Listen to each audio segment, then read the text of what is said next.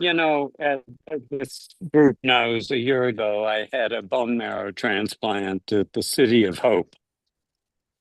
And next Sunday, my family and I are participating in a fundraiser to raise money to find a cure for cancer.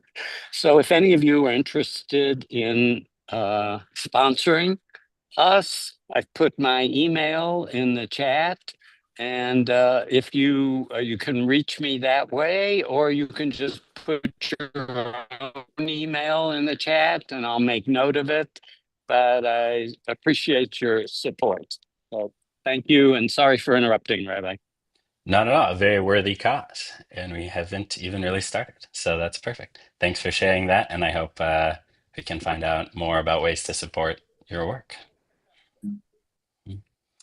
Let's start, as I understand is the custom, with our blessing for Torah study.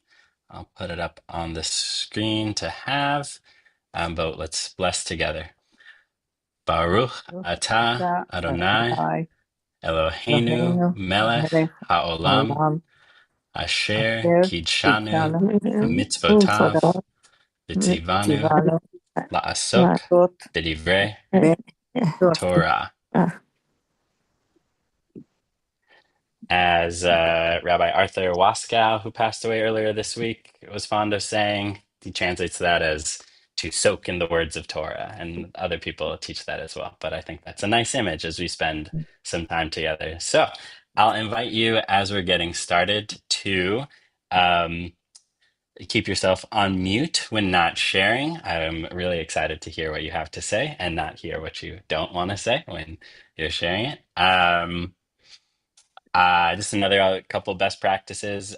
By way of introduction, I'm in my fourth year at the Hebrew Union College. I previously had a student pulpit in Visalia, California, which is north of Bakersfield, a very different community than Wilshire Boulevard, but one that also loved learning and study. So some of the best practices that I came up with there was to come from a place of beginner's mind. You might have encountered some of these texts hundreds of times before. This might be your first time encountering these texts. But yeah, you're a new person than last year when you might have read this or whenever you last did. So to approach it from that perspective.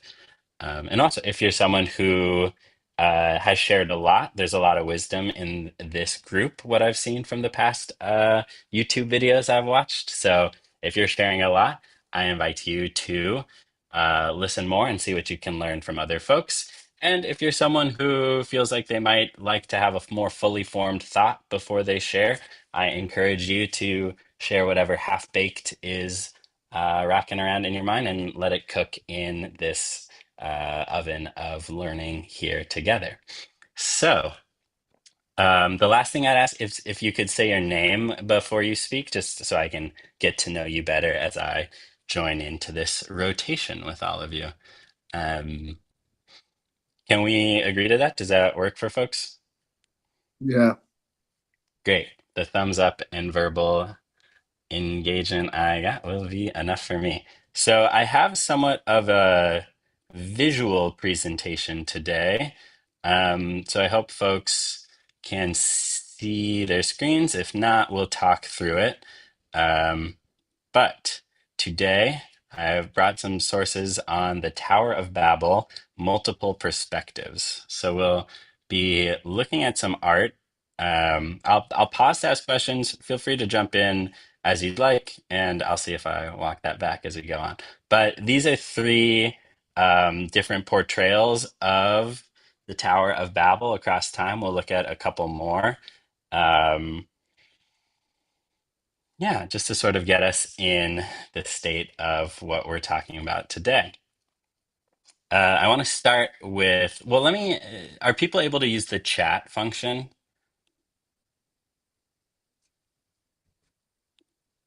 Yes. Some yeses, great. Okay, I want to try, since we're Zoom learning, there's some things that we can only do on Zoom that I think are kind of fun. So for folks who are able to use chat, I'm about to show another image, and I'd like you to answer the question, what age is the woman in the picture? It's a picture of a woman. Um, Type it in the chat, but don't hit enter right away. Just leave it in the chat box. So let's see if we can do that. So here's a picture of a woman. Type if you think she's an old woman, a young woman, type that in the chat box, but don't hit enter till I say enter.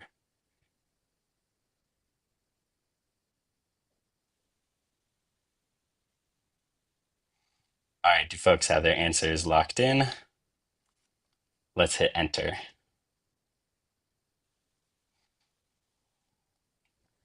Okay, 28, 29, 40. Would anyone say 60 or 70? No? This is a younger No woman. Cool. wrinkles. No wrinkles. All right. All great answers. With a lot of what we're doing today, there is no right answer, lots of perspectives. So let's look at this slide. So, in fact, this is sort of an optical illusion that's designed to show two women at once. Maybe you can see this here. If this is her chin and her face looking away, it's a younger woman. But if this is her, as the image on the right shows, this is the nose and the mouth instead of a necklace down here.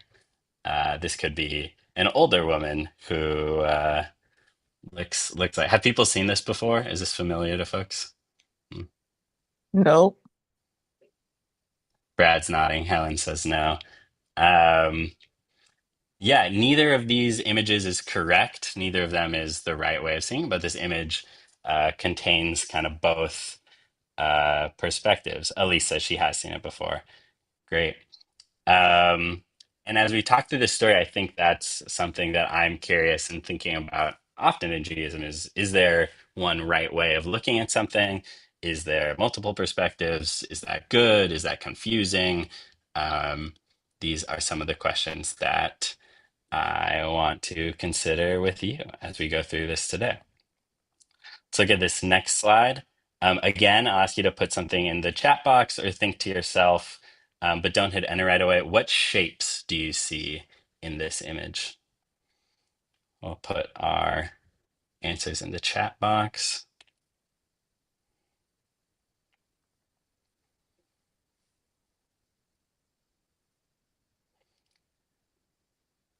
All right, let's hit enter. What shapes do you see? Squares, rectangles, lines, boxes, all very good. So this is, as you might have picked up, also an optical illusion. This is what is called the coffer illusion. So if many people see the squares here and see it as sort of lines of squares, as the image on the right shows, but there's also, if you can see in between the squares, there's circles as well. Can people see the circles? I mean, if you see this sort of grid shows that there is a series of circles. Can I No. annotate? Do I have a pen? Yes, here's a pen. So if we see sort of through here, can you see the blue markers in between the boxes? I can make it a bigger marker, almost definitely. Yeah. Do people see these blue Now I do. circles? Yeah. Um, Now, anyone have any? Yeah, but not but nothing. not before. Not before. Hmm. Any reactions to that? Any sense of why you might see one or not the other? Well, one is blue and one is. Now that they're blue, that's very helpful. Let me clear my annotations. And so this actually is the result of some very interesting recent research into perception. Um, so in 2025, earlier this year, this study was put out that looked at urban people from the US and the UK who lived most of their lives in cities and rural folks in Namibia who either lived in villages or lived in semi-urban settings here. So as these percentages see, there's sort of four possible options. One, you see just squares. One, you see just circles. You see squares first and then see circles, or you see circles first and then see squares. So in the US UK model, 80% of people only saw squares. The first time I did this, I only saw squares as well. Um, and in the rural village, in the completely rural village, people, almost 100% of people saw circles first. About half of people only ever saw circles, and another half saw circles and then squares. And again, similar, 80 people saw circles first in these semi-urban settings. Does anyone have any reactions to this? Does this surprise you? Does this make sense? I think that you're trying to say that much of what we see is really in the eye of the beholder. Totally. There's a line in the Talmud about dream interpretation that says there's not any real dream interpretation. There's just what you bring to your dream. Mhm. And that's often sort of understood also to say what we see says more about us than what is actually in front of us. If I may, Rabbi, it reminds me of the somebody and forgive me if you don't think that this is relevant, but somebody said to a history professor and a bum on the street, asked them their opinion about World War II, and the question was, which one of those two would you believe? Hmm, And the correct answer was, it depends on what they'd have to say. totally. I think, yeah, maybe the bum on the street was a veteran who is now there and would have a very interesting perspective. And everyone, the old story of the elephant. If you touch the trunk, you're going to think it's one thing. If you touch the leg, you'll think it's something else. Um, this is putting us, I want to get some ideas about moral relativism in the space. But before we get there, does anyone have a sense why someone from a village might see circles and someone from a city might see squares?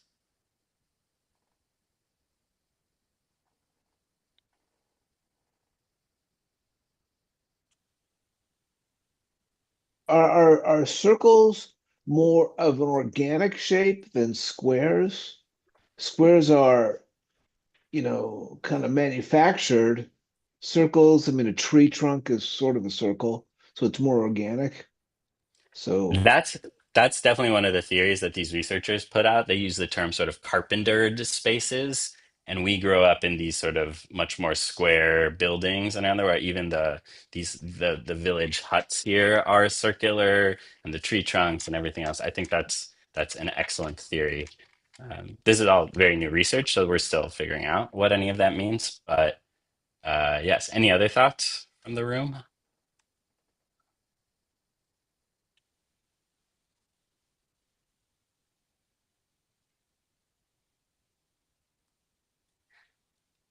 I come from a world that values wait time and long silence, so don't be prepared for some of that if folks aren't jumping in. Um, Great. So just I think yeah that we can have multiple perspectives looking at the same thing that might say something about where we come from. Um, and at this level, this is value neutral. It's not necessarily good or bad to see circles or squares, but just says something about when we're looking at the world, we need to understand that we have a lens that we bring to it, which I think nicely brings us to the Tower of Babel, which we'll be talking about more for the rest of our time together. I wanted to start with some sort of visual representations of it, as we'll look at the text itself in a little bit, but as this is a story about language being created and separated and people being unable to connect to each other. So I wanted to start with some visual images of it that perhaps anyone could pick up on. Have people seen this image before? This is one of the like most uh, ancient, one of the oldest depictions of this. It's from Pieter Bruegel the Elder in 1563, who was painting in the Netherlands. What associations come up with you for you as you see this? Either emotional, what does it affect in you, or does it make you think of any other settings or buildings?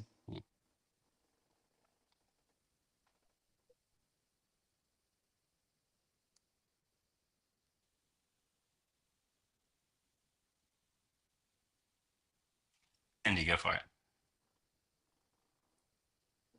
Go for it, Cindy. The arches and the roundness remind me a drop of the Colosseum in Rome. Perfect. So that's Brugger, when asked about, was said he based it on that. He had been to Rome Ah, and had come back to the Netherlands, and that was part of the image. Um, it's a this good 15th guess then.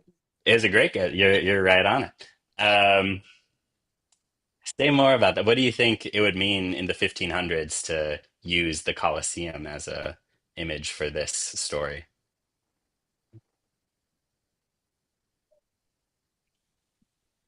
Wasn't The that orbit, yeah, yeah, I was just going to say one of the quintessential greatest architectural or engineering construction projects of the history. So that's, you're starting at the top in terms of what we can produce. totally. Brad? Well, that was the period of the wars of religion. And so it's the Colosseum is a site of battle, is very appropriate then. Totally. And here it's in sort of a state of decay, both when he would have seen it in the 1500s and as depicted in this picture as well. So to the point of the wars of religions, um, this is a time when Catholics and Protestants are really going at it, and Protestantism is spreading in the Netherlands. Rome here is deeply associated with Catholicism at the time.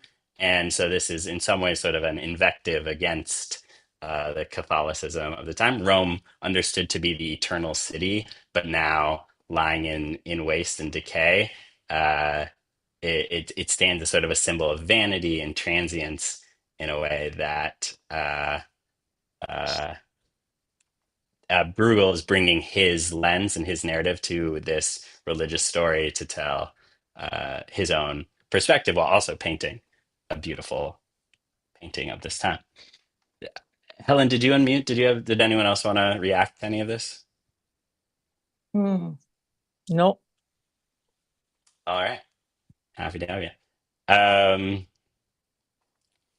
so one way of looking at competing religions that was very active in the time of the 16th century. Um, Let's look at this picture is more modern, but another Dutch artist, MC Escher, put this out in 1928. While we were building our great Wilshire Boulevard temple here, he was outlining this uh, image here. This was a woodcut originally. Um, what do you think this picture says about his view, his lens on this story, on his time?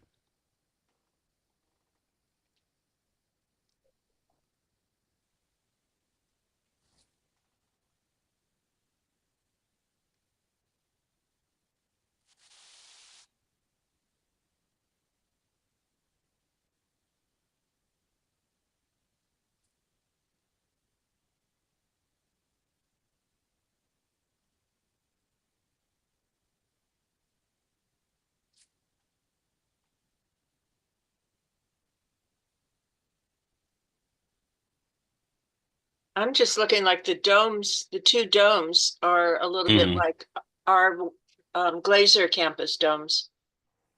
Yeah, it's very of that sort of Byzantine, what was popular in the 20s, even across the Atlantic. That's a great connection.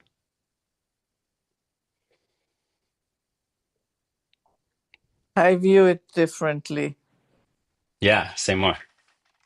I view it as a 1928, a big apartment house, very tall, with different people in it, with different ideas, different languages, and they don't understand each other either. Let's see if I can zoom in. So this is sort of after uh, if you can see in the smallness of this picture, there are now white and black workers who are arguing, and this is sort of after the division of languages. This is his take on it. Um, Any other comparing and contrasts? Same country, 400 years apart. What do you, what differences jump out at you? If I may, Rabbi Ben, I'm not going to comment on the structures themselves, but I'm reminded of something that Barack Obama said when he was inaugurated. And he said that he was talking to the Muslim community, and he said that in the final analysis, your people will judge you on what you build, not what you destroy.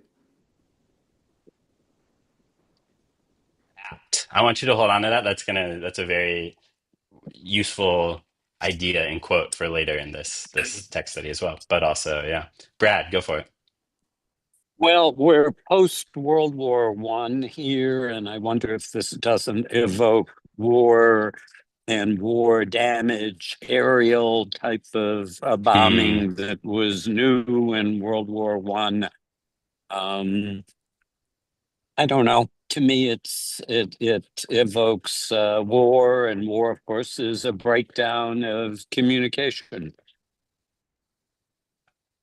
Well said.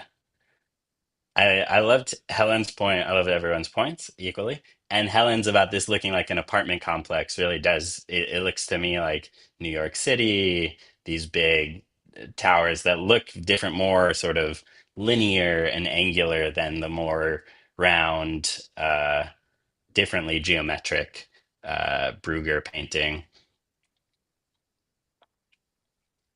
And yeah, you get to see some of Escher's, like, this is early in his career. This is 1928. He would later say that none of his works before 1935, he would disavow those works. But I think this totally shows his artistic style and his interest in perspective and other such things. So with these perspectives in mind, let's Elise says it's giving Gaudi. This was a while ago, but thank you, Elise. Yeah, that's another good comparison to our Barcelonan artists as well. Excuse me. Uh, mm. So, with those as some framings, would someone be up to read the story of the Tower of Babel, Genesis 11?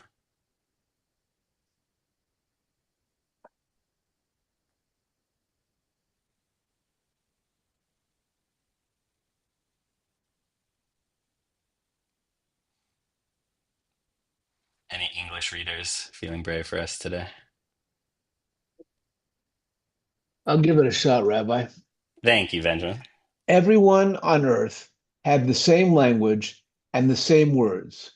And as they migrated from the east, they came upon a valley in the land of Shinar and settled there. They said to one another, "Come, let's make bricks and burn them hard."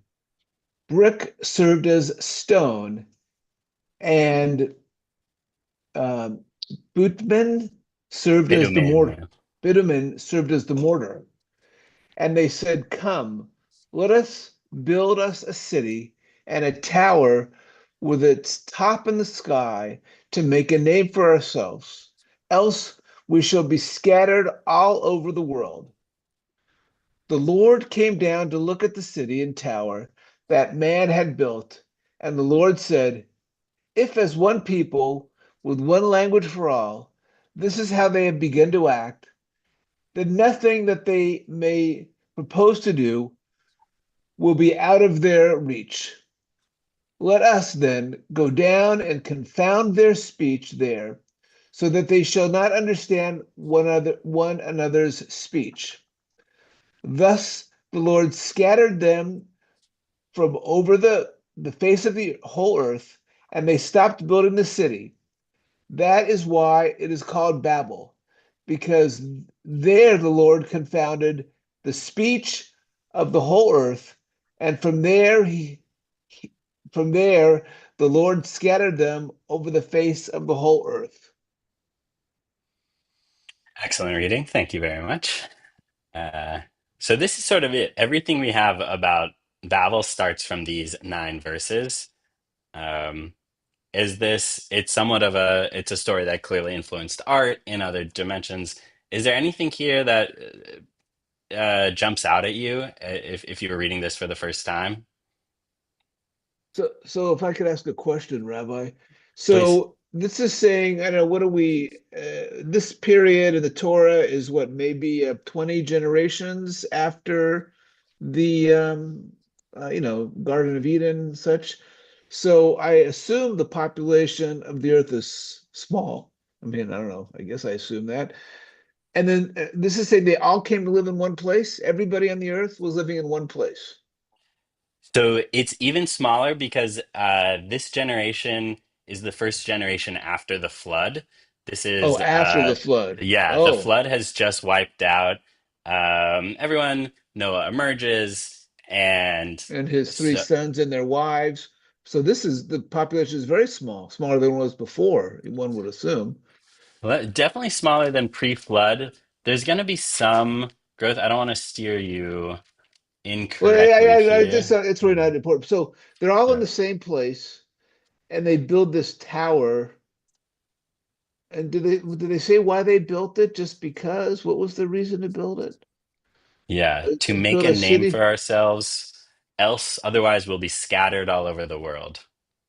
Well, we certainly do that today. People build towers. I can think of one whose letter Uh-huh. starts with a T Yeah, to make a name for themselves. Okay. yeah. All right. That's just my question. Thank you, Rabbi. No, great, and that's good context. Brad.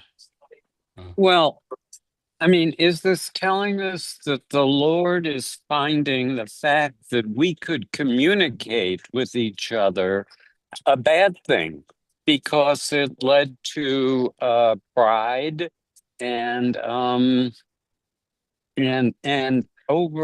overreaching? So it's a bit contrary to what you think about communication being a good thing. And here, God seems to be an obstacle. To us communicating with each other. Totally. I think the question of what is the crime or what is the act that deserves punishment is unclear in this very terse text. Um, We want pride is sort of one of the answers.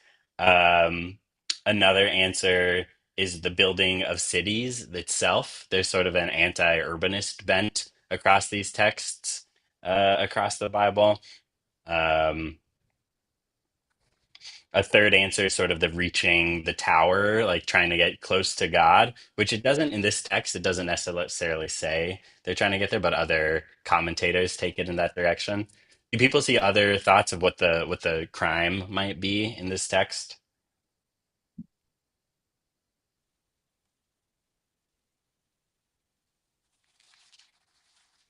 It seems like he didn't like what the people. He didn't like what the people did. Definitely. And which part of what they did do you Well, pick up on? Yeah. after he scatters them, and is Mm, that a good thing that we're scattered all over the world, or is it not? Um, but I saw, and I can't say what I saw, but I saw he wasn't in favor of something in the. mhm. And I think you're exactly right to be non-committal about what it is that God's unhappy with. It's a very, yeah, terse text in this way that can be interpreted many different ways. Well, with the top in the sky, it's clearly overreaching of some kind. Hmm. Cindy, did you wanna? Yeah, it's just we're only on chapter 11, and God has gotten angry at his people 3 times already, banishing them from the Garden of Eden, having the flood, and now scattering them. Yeah, say more. What's the implication of that for you? Well, that I think God had very high expectations for people that they're not doing as God had hoped. Mm, We don't have the rules and laws yet, but and this seems pretty minor. Well, I guess all Yeah. of them, like eating the apple they were told not to, that God is very punishing. We all know with Moses that all he did was hit the rock and then he's not allowed to go into the land. In 40 years, he did one thing God was upset with and he gets a severe punishment. And so that there are a lot of consequences with God. Yes. And there's a lens that I don't know who teaches this, but just as like the Torah is a story of the Israelites learning how to be a people, it's also a story of God learning how to be a God. And when you are an all-powerful being, you don't really know how to like get regular people to do things. And so God is learning how to punish and how not to punish and how to instruct. Um, so yeah, if this is a slightly less uh destructive move than wiping out the whole world in a flood, you've got sort of a learning curve there. Let's But go the Cindy people and were then never Zachary. told not to build. With the Totally. apple, she was told not to eat it. But here, they were never told not to build.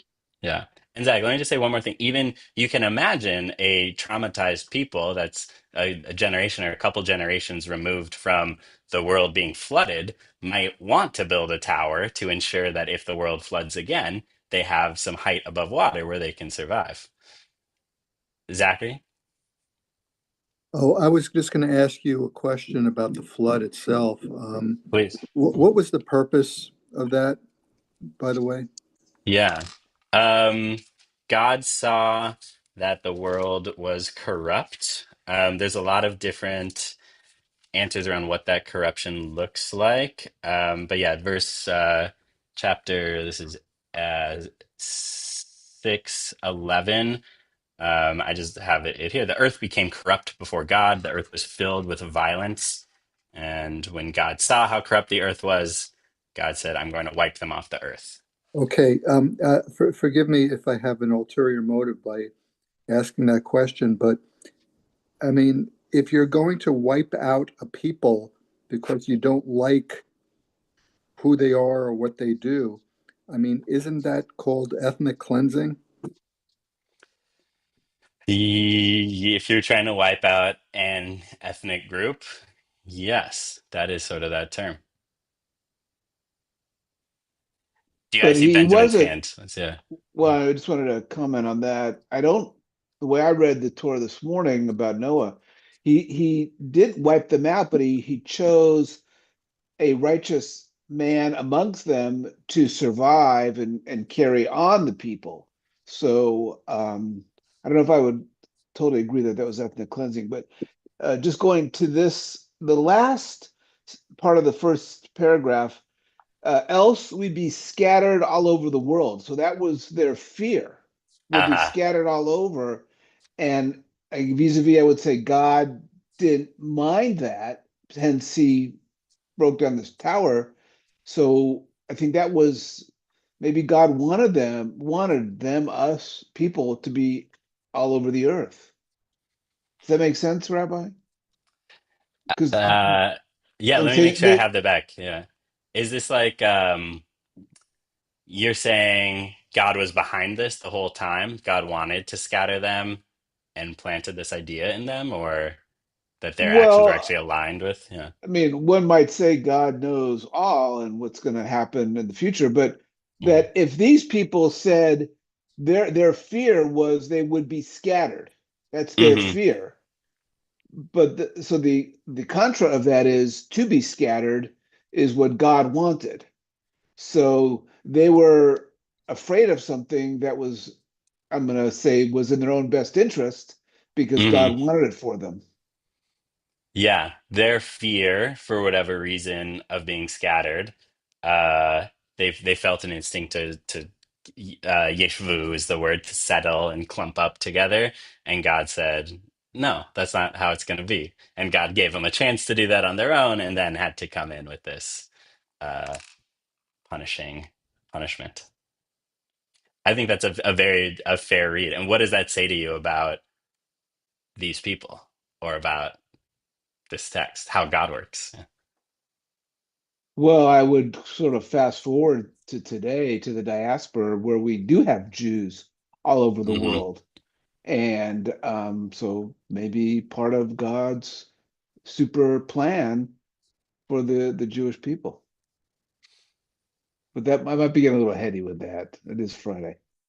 It's Friday. But I think that's very valid. I think we want we are people who has found strength in exile in the diaspora. And so there's definitely that thread in Jewish thought too. Speaking of Jewish thought, let's look at some other commentators on this. Um, Sforno, a 16th century Italian commentator, says that the real crime of the builders was that they tried to impose one religion on humanity. God prevented this, and by dispersing the peoples, kept alive a variety of idolatries, knowing that out of this diversity would eventually come a recognition of the supreme ruler. Just looking at that, do you buy it? Zachary. I find, okay, the real time of the builders was that they tried to impose one religion to humanity. God prevented it. I mean, it sounds like there's a staggering contradiction here, because Judaism is a monotheistic religion, and thou shalt have no other gods before me. But this passage that you're showing us is saying, um, God prevented, this. So I don't know. I think this is very interesting in conversation with Benjamin said earlier of when does God let people screw up and when does or go away from God's plan and when does God push people into God's plan. So here Seforno is saying we need people to come to a recognition of the supreme ruler in their own way. It's not, forced worship is not real worship. Forced devotion is not real devotion. So God is keeping idolatries alive in order for people to make that real choice for themselves. It's provocative. Okay, all right.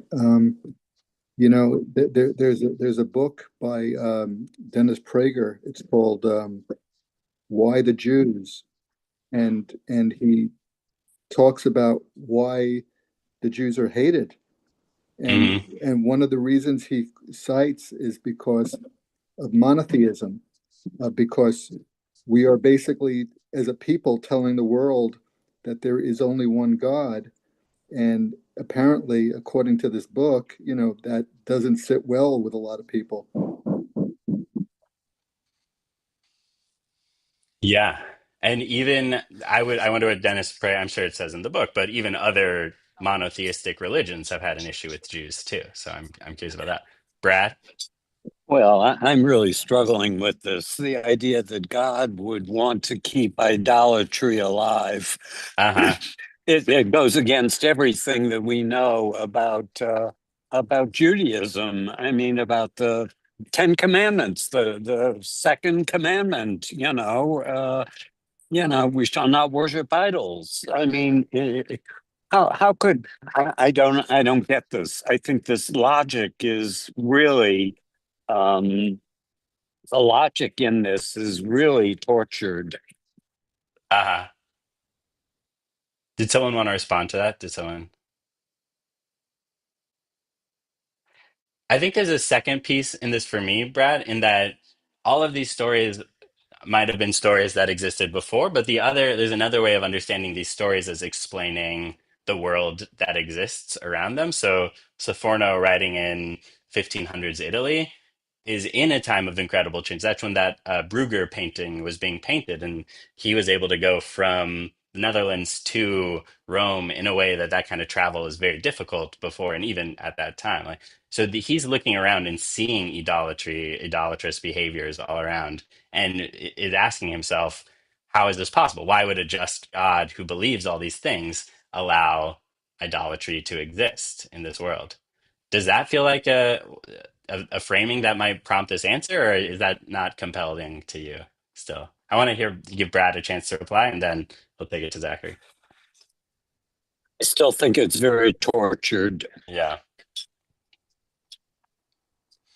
Zachary, did you want to jump in?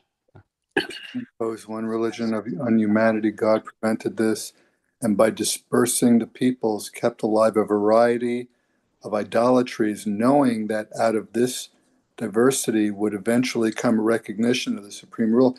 I mean, I have to agree with Brad in that we're faced with a staggering contradiction here, because the Ten Commandments specifically said, "Thou shalt have no gods before me," Rabbi Ben, and now you're showing us a passage where God is the P.T. Barnum of idolatry. Hmm. Yeah. So I will say the Ten Commandments, and we'll get to this a little later with our time. Those are just for Jews, and I think there's another question going here: is like, why is not everyone Jewish in the world? Like, why is not everyone worship God in the same way? In fact, these texts, Ha'amek Davar, writing in 18th century Russia, is saying something similar. Um, he looks at this phrase, the same words, udvarim ahadim, from this story previously, and says, it doesn't matter what the words are. It just tells us that it was the same words to teach us that it wasn't the content, but the words themselves, but that the words were the same. It says the issue was that everyone thought the exact same thing, and this came to be the problem of the city, of the settlement here. Um, so multiple sources. It's your rabbinic intern, but it's also these sources who are saying that Judaism has had a problem with this sort of uh, unanimity for a long time. I want to bring in Aviva Zornberg here, who's a modern 20th century Torah commentator, still alive.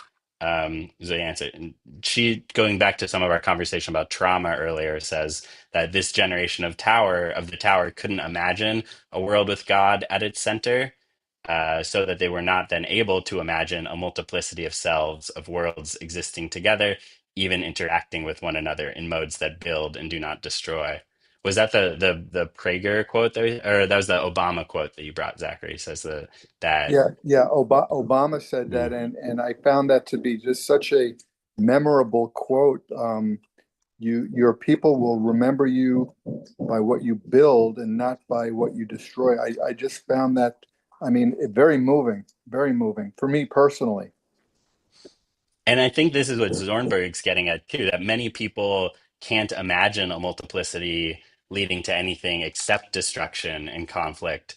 She's saying, can different worlds, different kinds of people, she's saying confidently that people can interact with one another in a creative, building way that doesn't bring about the, ego and self-aggrandizement that we see in other places.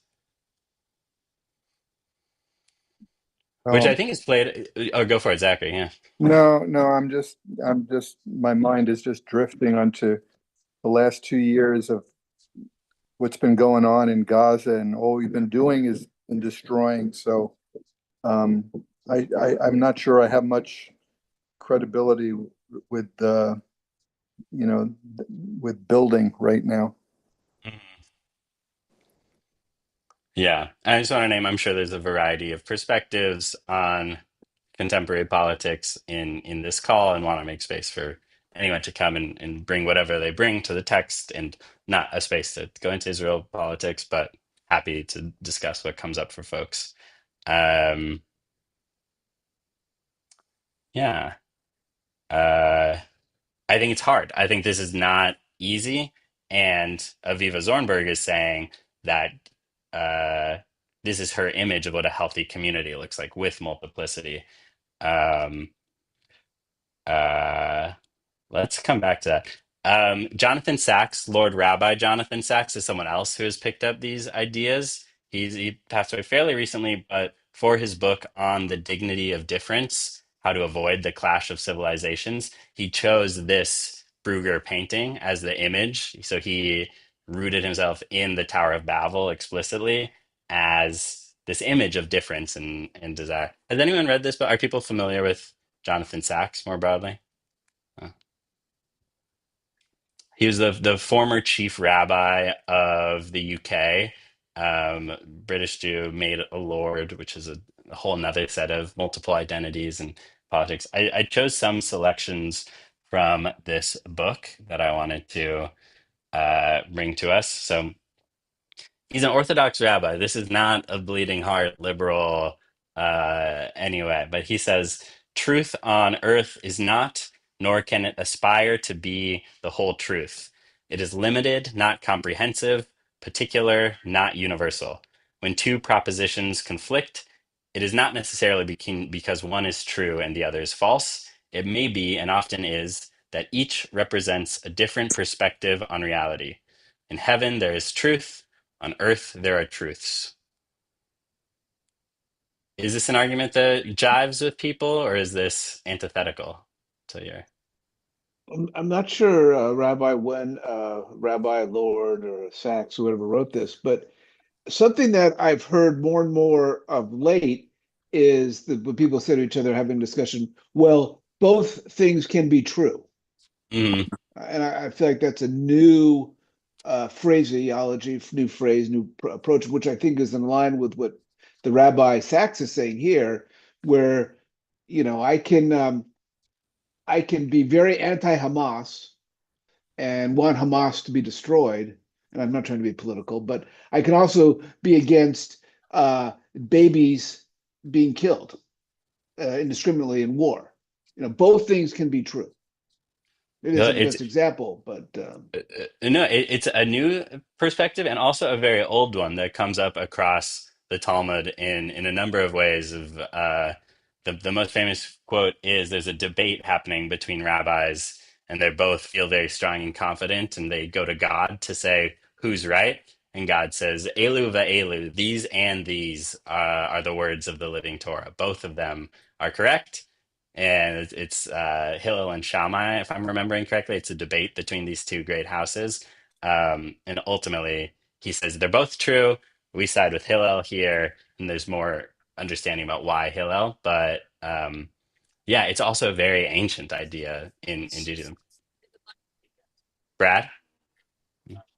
Well, I mean, he seems to be supporting this idea of moral relativism, and I'm not sure that I can buy into that.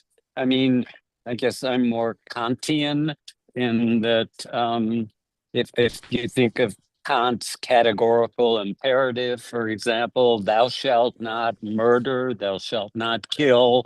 I mean, this seems to me to be universal that we can all accept. I'm suspicious of this concept of moral relativism. I think there are certain truths. I agree with you, and I would say that Rabbi Sachs agrees with you too. Let's read the comment on the right here. It says, "The supreme religious challenge is to see God's image in one who is not in our image. This is the converse of tribalism, but it's also something other than universalism. It takes difference seriously, and it recognizes the integrity of other cultures, other civilizations, and other paths to God." Uh, I think he's not saying that this is a pure relativism, anything goes here, but that people, and maybe in the middle quote too, just as I'm watching the clock too. This is again kind of provocative, certainly in the Orthodox community.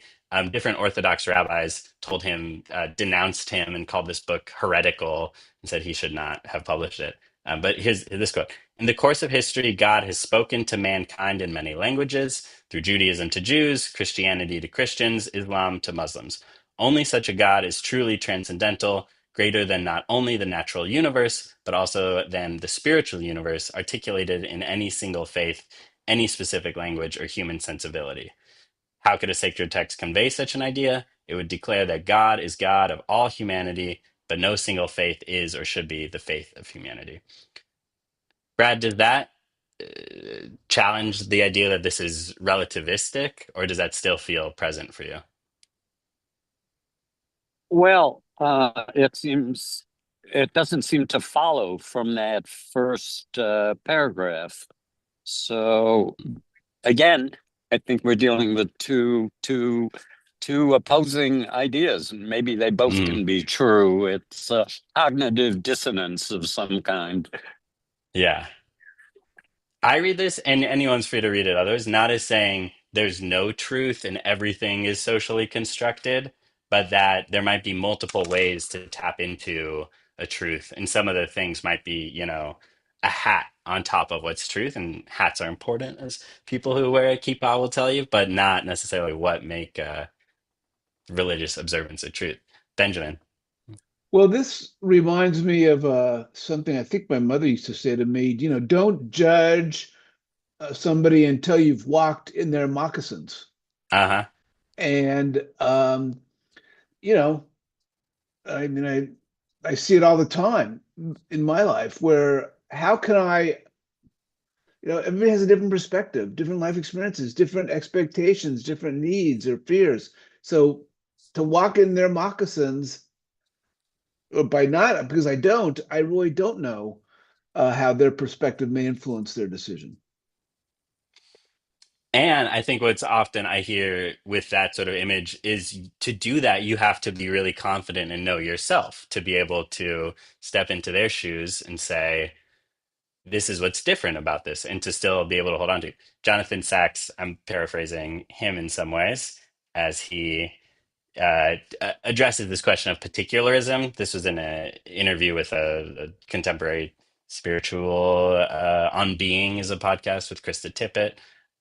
He says, by being what only I can be, I give humanity what only I can give. It is my uniqueness that allows me to contribute something unique to the universal heritage of humankind. I sum up the Jewish imperative very simply. It has been like this since the day of Abraham: to be true to your faith and a blessing to others, regardless of their faith. This is a big paradox when you reach the depths, but it's something. Does this feel, is he squaring something for you, Brad, for anyone? Or is this furthering the tension? But I hate to keep speaking, but this to me is a home run because we each bring something so unique, um, and to offer something so unique. I think we often don't recognize that or acknowledge that or appreciate that. Yeah, we have in our relationship with our God something that is true and something that is universal. Um, how do we channel that to be a blessing to the world and to everyone else, to be a or legoyim and light to the nations, let alone to other Jews in our world too?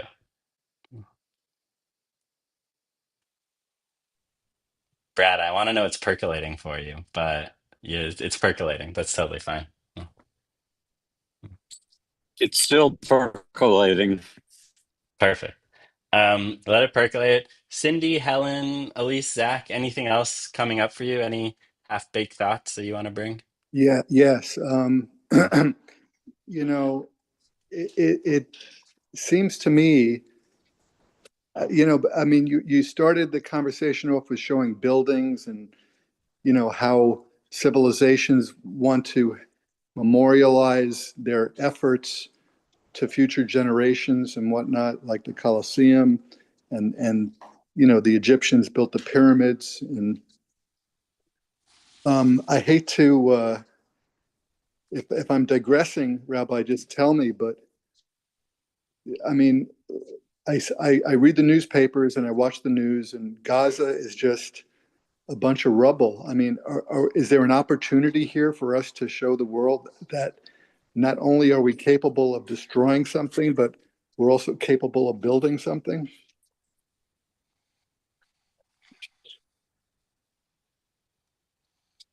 It's a big question.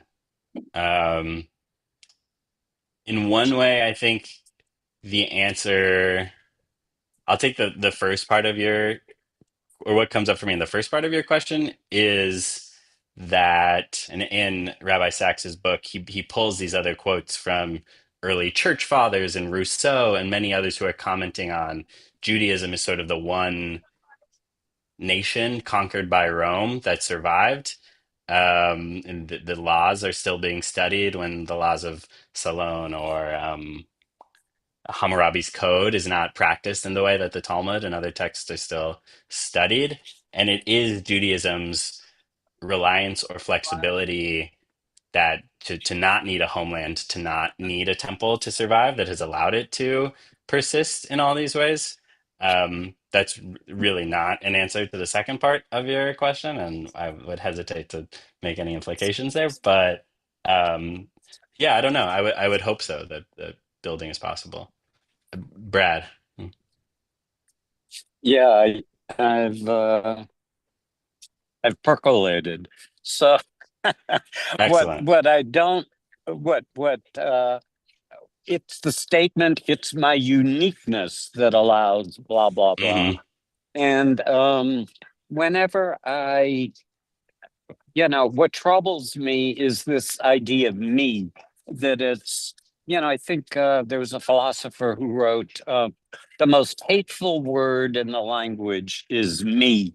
When it's all about me, then and me and my uniqueness, me and my whatever, is a dangerous thing.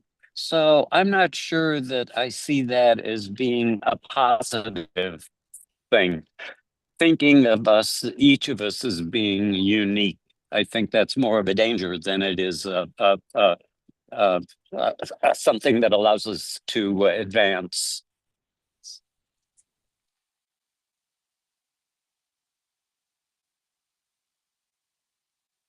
Making space for anyone to react to that. I have some thoughts, but I want to let anyone else jump in on that if they'd like.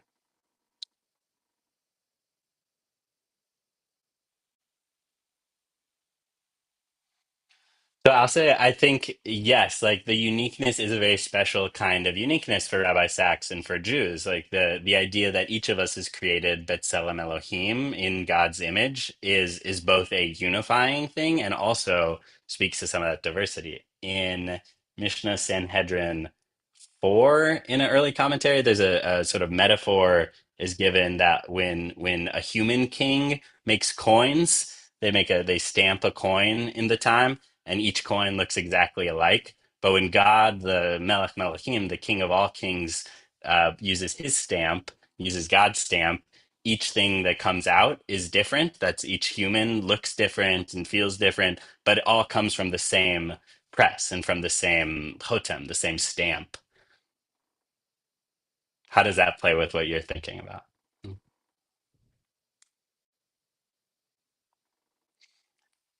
It's a paradox. It's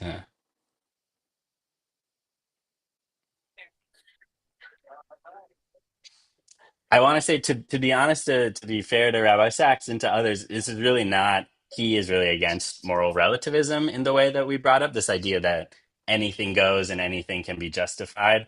And so a question arises of how do you, well, it's 1 o'clock, so I want to let you get on with your days, but I'll just show you something else to leave you with. These are the 7 Noahide laws with which God gave the Jews to judge non-Jews. He says there's going to be non-Jews, but some of them are worthy of redemption, the chance to uh, go to Olam Haba, the world to come, and be present there. With these 7 things, the judgment. This is for all people. They have to have courts. They can't curse God's name. They can't idol worship. They can't engage in forbidden sexual relations. They can't murder. They can't steal, and they can't eat a limb from a living animal. Um, so I'll leave you to percolate on these. Feel free to Google Noahide laws if you're curious about this more. As a question, as we walk out, is there something that you might add to this list? Is there something you might take off this list as you were thinking of judging all the people of the earth for inclusion?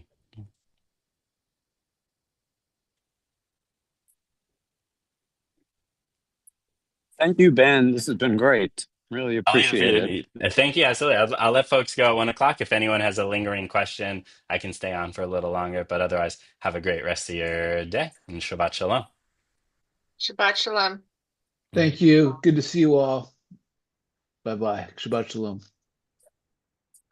Bye, everybody. Shabbat shalom to everyone. The Kulam.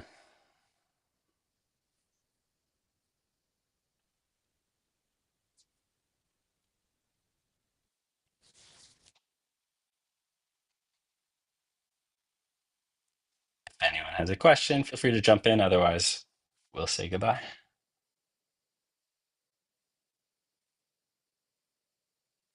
Thank you. This was great. Bye. Great. Thank you. Have a good day. All right. Bye, everybody. Shabbat shalom.